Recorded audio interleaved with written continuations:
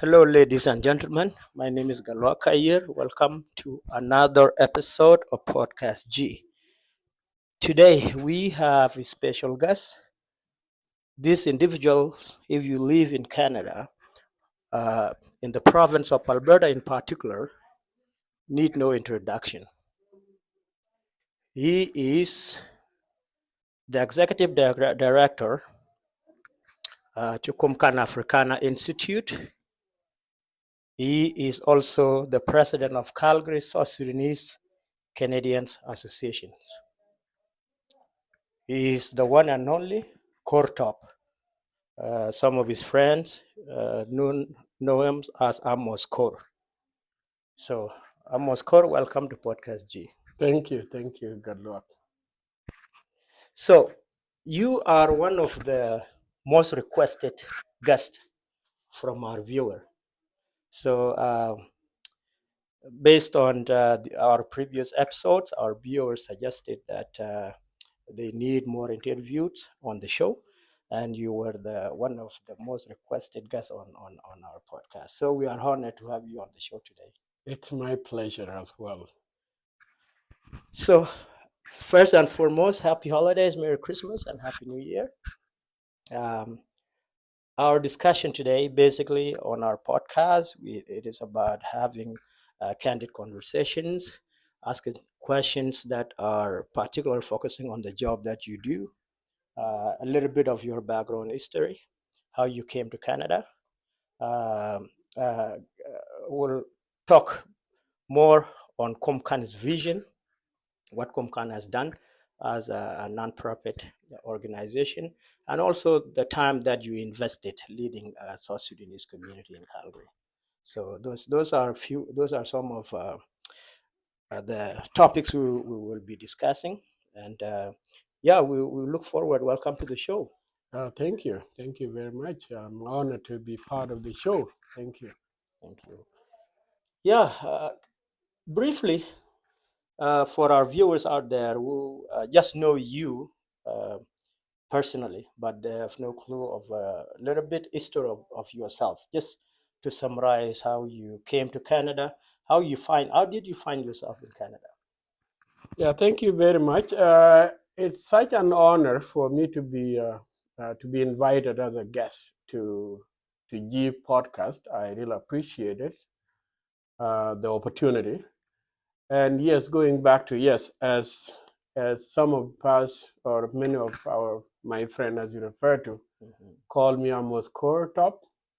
And yes, my name is Khor. Uh, I came to Canada from a refugee camp in Kenya called Dadaab refugee camp. Oh, Dadaab, yes. And I when I came to Canada, my first destination was Vancouver. I was in Vancouver for a few months before moving to Calgary.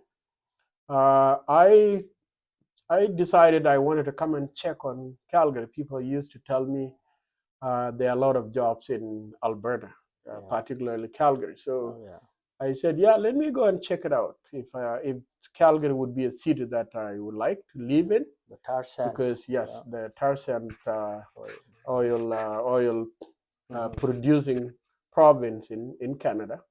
So I decided I came for a visit, and yes, I came and I fall in love. I fall in love with the place, and I now call myself a Calgarian.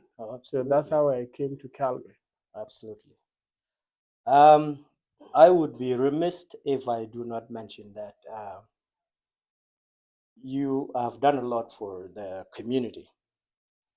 I had an opportunity to serve in your administration. I learned a lot from you, from the team, and your vision that you have done. So let's put Komkan aside, because Komkan is your baby. That's the vision you had before you became a community leader since your years of college and university. Let's put Komkan aside for now. Uh, so you are one of the figure in the community. Let me call you a figure. You have led South Sudanese community for a few years.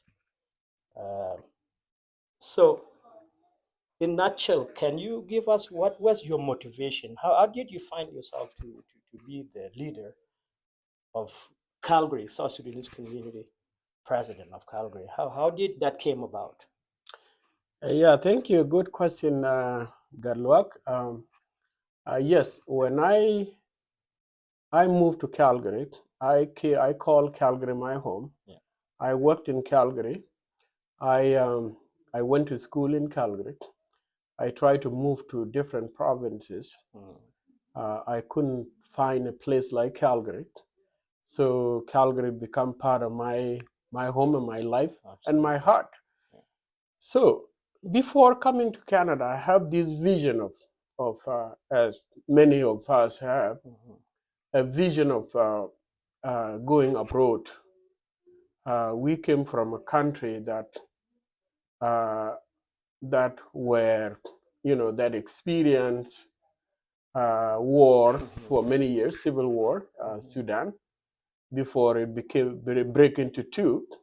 And because of this struggle, when many of us came as a refugee to Canada or elsewhere, we came with an understanding that we'll get the education and knowledge to come and contribute back to the country that we today call South Sudan. Yeah. So I had this vision of coming back to help establish South Sudan.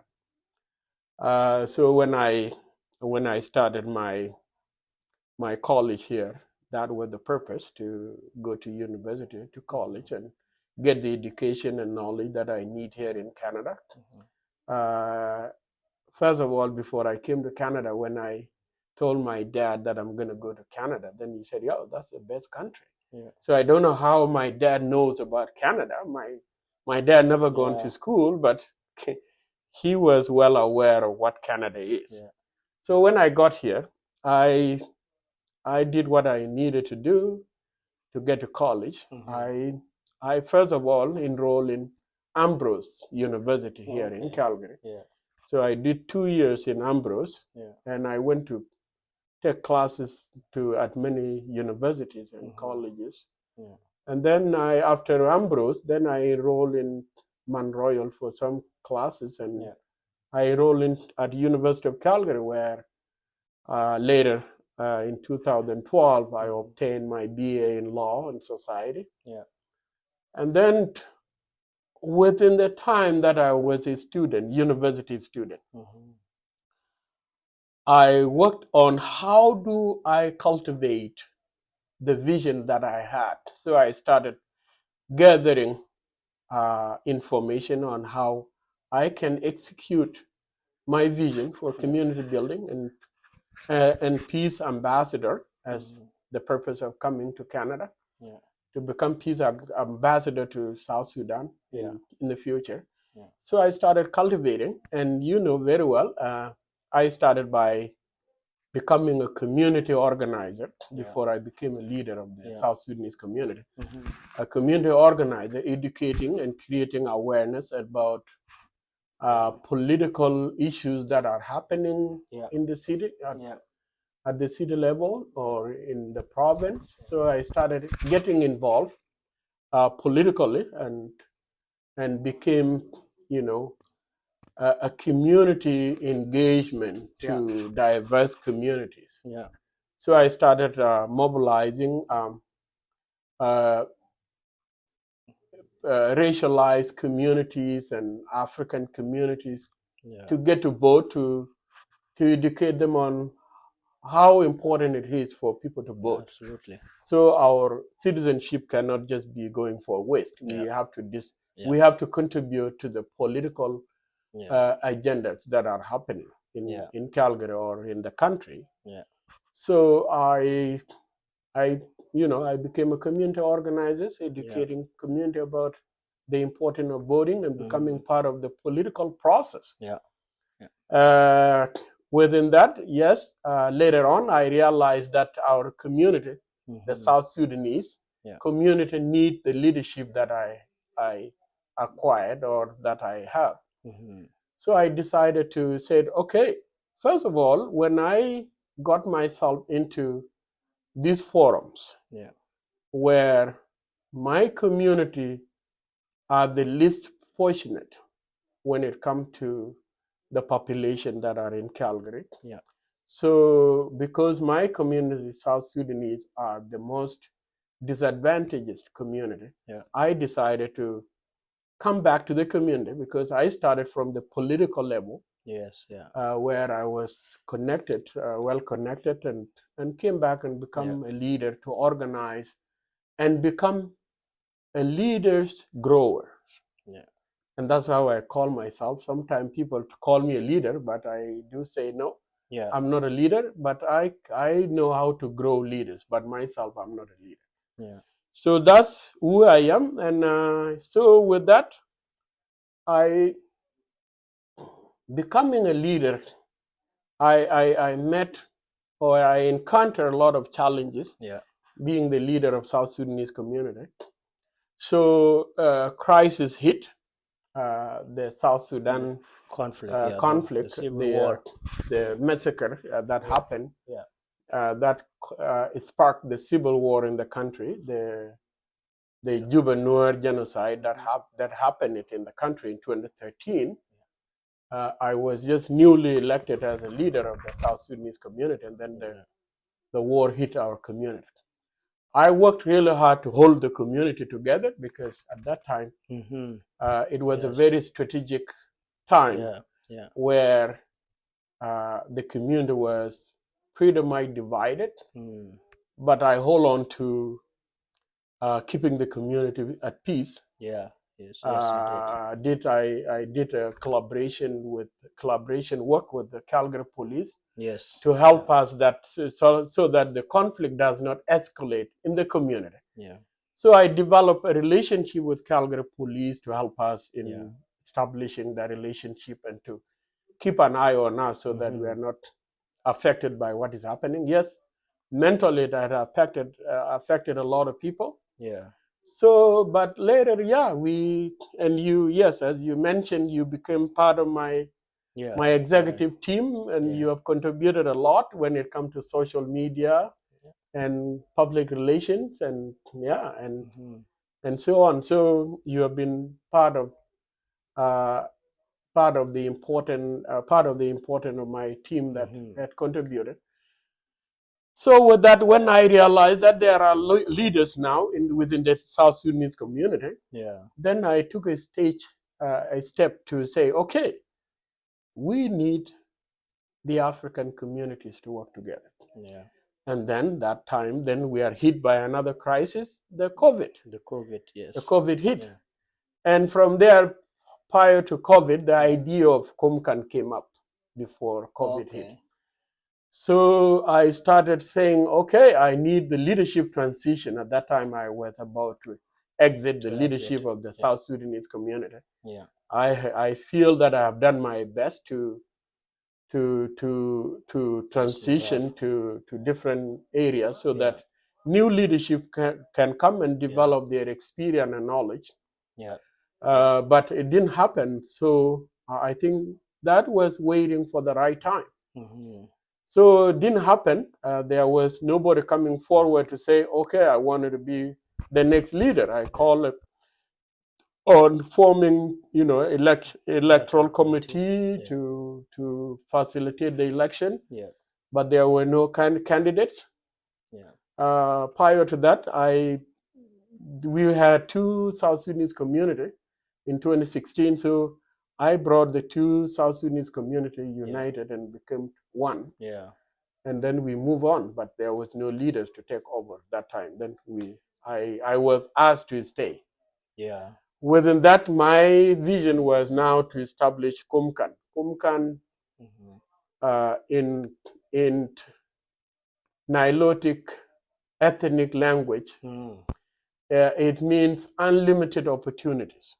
Komkan. So for me, Komkan, the two word Komkan, we put it as one word, but there are two words. One is unlimited, and the other one is opportunities. So putting that together and said, okay, now the vision of repatriating the skill came to me back to say that let's develop the capacity of our community Yeah. so that we can have leaders and experts and professionals that can go back and Specialize in certain contribute, areas. yes, that are specialized in some areas, develop their capacity in different areas. So as you know, when we started Komkan, we started by Yeah. facilitating the capacity Building building workshops. training within the community workshops. Yeah. So we facilitated those workshops, Yeah. and we realized five priority areas when Yeah. we developed South Yeah. Sudan. So one of which was youth development, in which you were leading that group, the youth development working group, and the other group was women empowerment. Yeah. And then the other group was community economic development. Yeah. And the other one was community governance, Mm-hmm. and then healing and reconciliations. Yeah. So those five working groups, we thought that those are very important in our community. Mm-hmm. For us to have peace, we need economic development. We need good governance. We need youth empowerment and capacity building. Okay. We need women Yeah. leaders that can also lead the community and contribute. These were the foundations. Yes. These were the areas where Komkan was found. Yes. On. Yeah. And from there, those five working groups, including the healing and reconciliation, Yeah. that led later to the conference within South Sudanese community, Yeah. the healing and reconciliation conference that was done in 2022. Yeah. So those ideas, we thought, yeah, and that's where Komkan emerged. That bring us those programs. Yeah. And capacity building can bring us unlimited opportunities. Exactly. And within that, we raised Komkan, and that's where the time I wanted to exit. Yeah. And then COVID hit. And then now Komkan has coordinated during COVID. Yeah. Coordinated programs. Yeah. That include collecting data on the community needs. So we did the COVID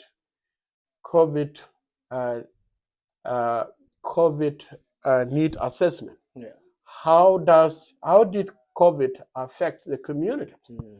So two experts with background in research and within Komkan, which is Niall Wichlek and also David Top, facilitated that research. And then from there, with the data that we have collected, it shows how much mental health become an increasing pandemic within COVID pandemic. Oh, yes. And then the other thing was community was suffering from people getting isolated at home when they are, when they are locked down. When they are, isolated because of COVID symptoms.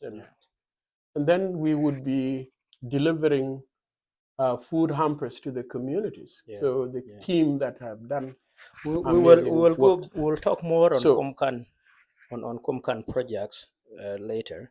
Just an overview of what you summarize for you coming to the leadership.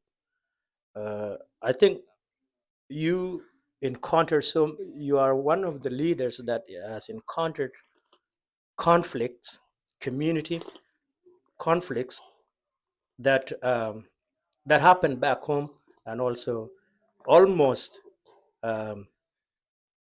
what is the word? Spread within the Canadian diaspora in South Sudanese. So you went through that period of time. Let alone that when you were given the leadership, my understanding, you had no interest whatsoever. So community elders handpicked you. And then you had a year and a half or 2 years to establish to set the leadership structure. And then what happened? South Sudan was in conflict.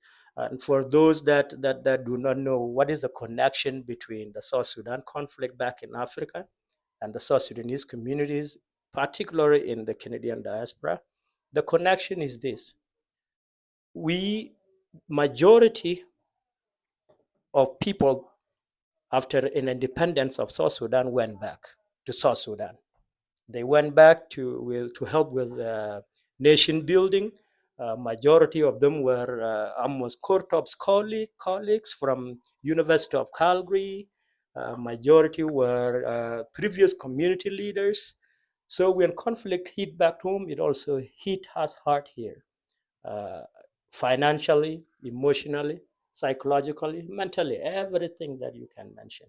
So Khor spent a year and a half stabilizing the emotions, making sure the bridge of trust was not broken between the community members.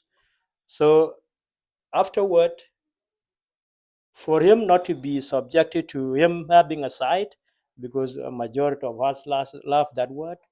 So he involved himself with Calgary Police Services, with human rights organizations like Amnesty International, Initiative of Change. I don't know how many people are aware of Initiative of Change, facilitating, providing psychosocial training programs to those that were deeply affected, and also facilitating humanitarian corridors to Canadians, South Sudanese Canadians who got stuck back home, working with individuals that was Canadian ambassador to South Sudan. So these were things that he had to deal with. Uh, yes, of course, I was part of his leadership, but through his connections, he overcome that. Second to that, COVID for sure. And then thirdly, uh, this is the issue that so many families in our community like to talk about: the violence, the youth death, the you know the drug and things that are affecting young people here. Uh, so can you elaborate on this matter so that people that think we are avoiding it out there will understand that you have commented on it? How did you came about? Because I do recall that in 2018, 2019, you built a gap. 2018, 2019, South Sudanese had the greatest, the longest, the highest number of high school graduates. So how did you came about with that conflict, bridging that gap? Yeah, that's a good question. Yeah, I think yes, part of my mission when I became a leader of South Sudanese yeah, community is yeah, that is bridging that gap yeah, because as I alluded to earlier, yeah, when I started getting involved in the community organizing, yeah. You wanted to I change the started narrative. yes, I Yeah, started yeah, as a political organizer, not yeah. community um, association Yeah. Engaging organizer. people in the So in voting, engaging people in the voting voting, registrations. yeah, those kind of things. Yeah, Then the reason I jumped off the boat to become a leader of South Sudanese community yeah, when I was approached by the elders yeah, and some community leaders that feel that I need to be part of this yeah, is that I wanted to bridge that gap because at that time we were hit by issues of our children yeah. and youth that are joining, that Gangs. are taking a wrong path instead of a good path. When we came to Canada, we had this notion of bringing our communities, families to peace. Yeah, We came to Canada, a peaceful country. yeah, Then we thought that yes, we are at peace. We become peaceful, yeah. but we are hit by the issues of Young people. young people joining wrong different path Yeah, where the issue was actually an identity crisis. yeah, Youth, when I talk to youth, what they always express is that we have no role models in the community. We have no mentors in the community. yeah, We have no culture. We wanted to belong yeah, somewhere, but what we found out to be where we belong yeah, is joining these bad groups because that's who we feel that they are there for us. The acceptance, they feel Yes. accepted. Why is that? Why there are no role models? Why there are no mentors? It's because prior to my leadership, Yeah. every leader that come before me, their intention is to go back to South Sudan. Oh, So the focus was to become a leader here, and then you will be well known in South Sudan. Then you get a position in South Sudan. But what these individual leaders did not realize is that they brought their kids here, yeah. and it's like they are abandoning their kids to Canada because leaving kids alone, or with their mom, Yeah. what does it tells you? Then now the youth should be looking up to are the ones that are leaving. Yeah. So who do they look up to? And they consider themselves as Canadian here. Yeah. They don't know what is happening, what is South Sudan even. They don't even consider themselves as part of South Sudan. Yes, they know there is a community. Yeah. So then I worked on changing that narrative of leaders running away, become leaders, instead of looking up to by the young ones as leaders here, role models, mentors. Yeah. There is that gap of people moving So you away. step in to build new So then leaders here. I step into my intention was to be a role model to the youth that were close to me. Yeah. So build that relationship, and then at that time my leadership was full of young people. Yeah. There were only few that Yeah. people make joke about it, that I just wanted to work with young people. Do not You brought want in my guys like yes late Richard, Richard Gerard, myself, yeah, Nyawarga, Nyaboy, yeah. So Gar. God was part of it, Yeah. from So the days. those people look at me. My colleagues look at me. Okay, why is he only targeting young people, not his peers? Yeah, but yes, because my peers, they were looking to go to South Sudan. Yeah. So we have nothing. We cannot fill that gap with them. So I started, lifting up those younger than me, and then put them in leadership positions. Yeah. Where they can, develop their leadership skills and also empower them to be leaders and self-confident. So that was my part of filling that gap. And then those young ones like you and the rest, you become now role models to the younger one. And that's why the narrative of high school dropout rate has decreased before COVID. during the time between 2014 to 2019 or before COVID.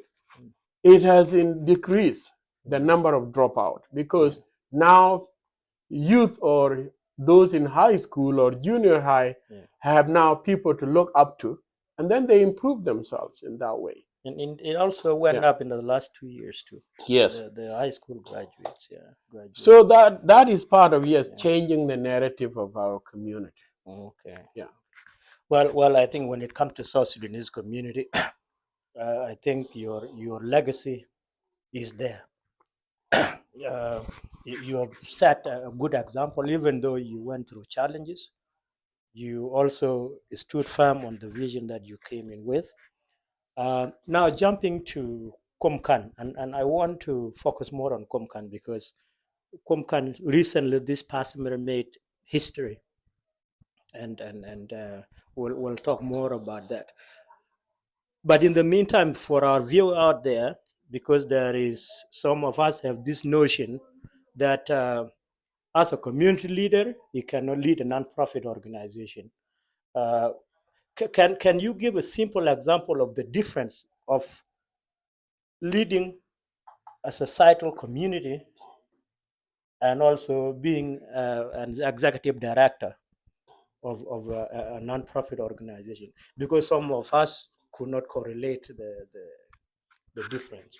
Okay. Yeah, that's a good question. Yeah, this is one of the challenge that we are having in the community. Yeah.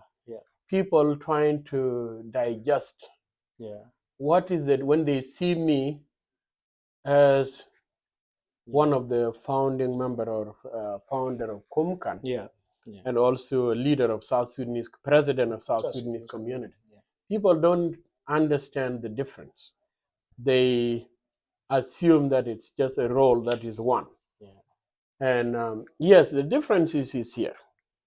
A community association is led by the principle of the community, the culture of the community, the executive, the elders of the community, the youth of the community, and the entire membership. Those is leadership structures within the community association with a broad base of individual membership to the community where people vote based on membership. So that is a community association. Then when it comes to Komkan, Komkan is a non-profit organization, non-political organization that is providing the capacity, the building, the training capacity, the research capacity, developing models for the service to the community. So the program. Does the community have to be South Sudanese community? No, Komkan is an African organization, research organization, and that's why it's now partnership with all African communities that can benefit from Komkan, whether through training, through speaking engagement, through research, data collection. That is the area that either the Komkan, the government, the city, and what can depend on Komkan, on what come out from Komkan. What research do we have?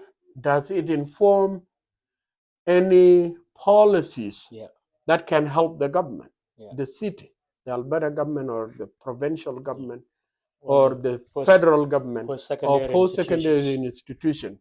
Because this is a community-based research organization that dig into deeper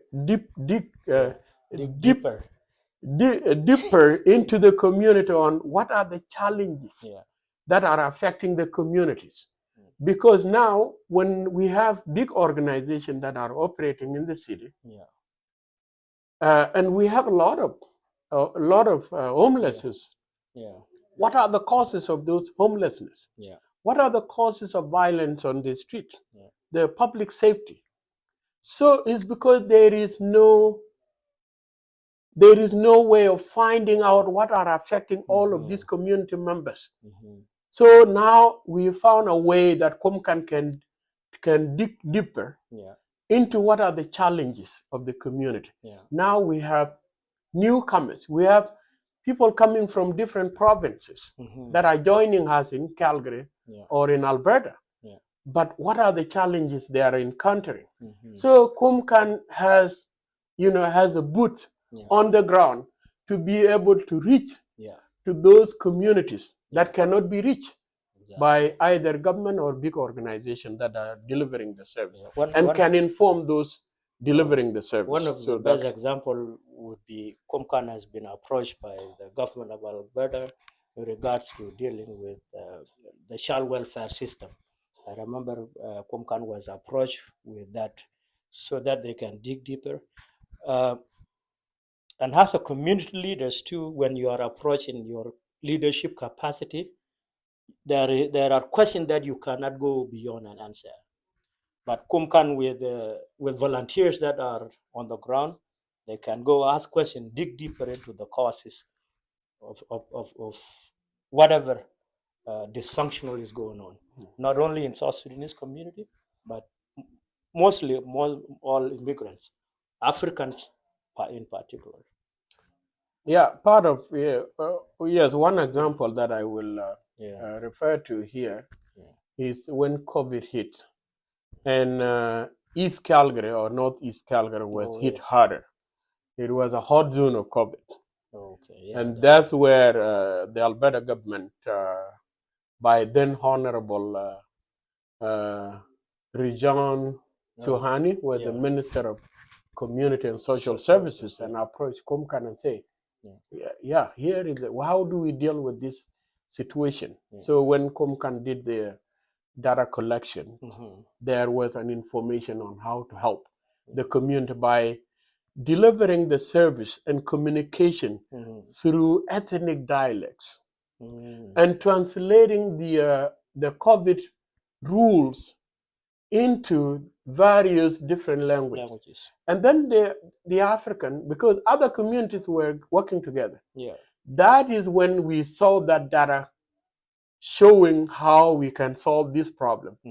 The leaders of the African organizations came together. And we started operating together with the support from the Alberta government. Honorable Rijan was in support of that. So we were able to address the COVID impact in the East Calgary area, where majority are racialized communities. When COVID rules and information, the health, the public health of Canada, public health regulations of provincially, when we translated them into different languages, it helped. People understood it, yes. The message you reach out reach out to the grassroots. To the grassroots organizations and to the communities. And they were able to read in their own languages, listen in their own languages. So that helped. And then we came out of, successfully came out of COVID. And then we ended up with Calgary African Community Collective by working together. So that is an amazing. Looking back, it's amazing work. Yes. Well, our viewers who recently joined us, I'm with Khor, Executive Director of Komkan Africana Institute, and also President of Calgary South Sudanese Community. So if you just join us, this is Podcast G. So let's go back. I'm very intrigued on how the vision you had, you and Neil, before even you guys went to college, the vision you had in establishing Komkan. And today, it is an organization that is gaining popularity and also getting recognized in Canadian institutions. For example, you have done some work. We have done some work with some of the post-secondary institution here, Alberta government, as you mentioned. So the vision you had with Komkan, unlimited opportunity. Let's give a little bit reflection back on those that maybe join us. What was the genesis when two of you came together prior to putting this into practice? Yes, thank you. Going back to the vision, when Neil Wichlake and I met here in Calgary years ago, when we were just new in Canada, we talked about our life back in refugee camps in Dima. The challenges that you in Dima refugee camp, we were in Dima refugee camp. There were grades from maybe kindergarten, grade 1 till grade 8. So the refugee camp does not have the high school, grade 9. So when you finish your grade 8, you have nowhere to go. So then there are limited spaces that happen. You have to select a few individuals among thousands of kids that graduate from grade 8. They would pick an amount or number, so they don't take the whole class to high school. So they pick.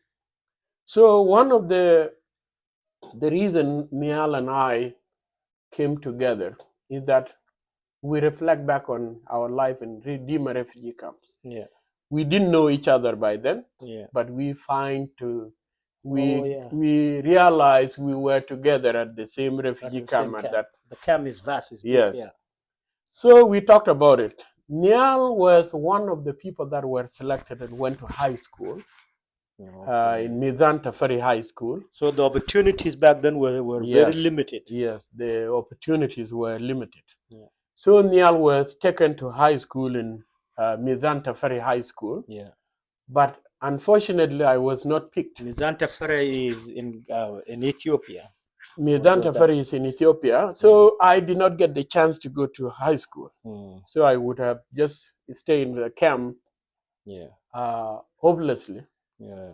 And I took a journey that is long journey that I maybe need another time. Okay, yeah. So I end up in Kenya. Would you say Dadaab? And came to Canada. Yeah.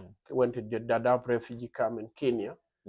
And came to Canada. Niall were remaining in Ethiopia and went to high school. After he finished his high school in Kenya, in Ethiopia, then he came to Canada. We met and we shared our journey. Oh, we were together. Wow. Two people. Yeah.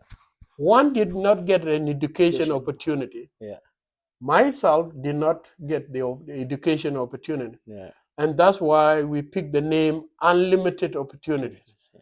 Now it's me and Niall. With the capacity that we have, we will be able to provide that unlimited opportunities. Because at that time there was limited to the young opportunities. Kids of today that are adding, now to the young kids that are encountering what you have experienced. Yes. Okay. So the experience that we had, we translated into unlimited opportunities. Yeah. Now we are providing, that's international component of Komkan, we are providing scholarship. Wow. To young ones from refugee camps, kids that were supposed to be us at that time. Wow.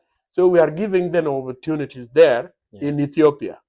Now we are giving unlimited opportunities to the young ones here in Calgary by being mentors to them, by being role model to them, by working together with them, by encouraging them, by helping them to succeed here. Yeah. So that is what we mean by unlimited opportunities. That is Komkan Africana Institute. That's what it means. Yeah.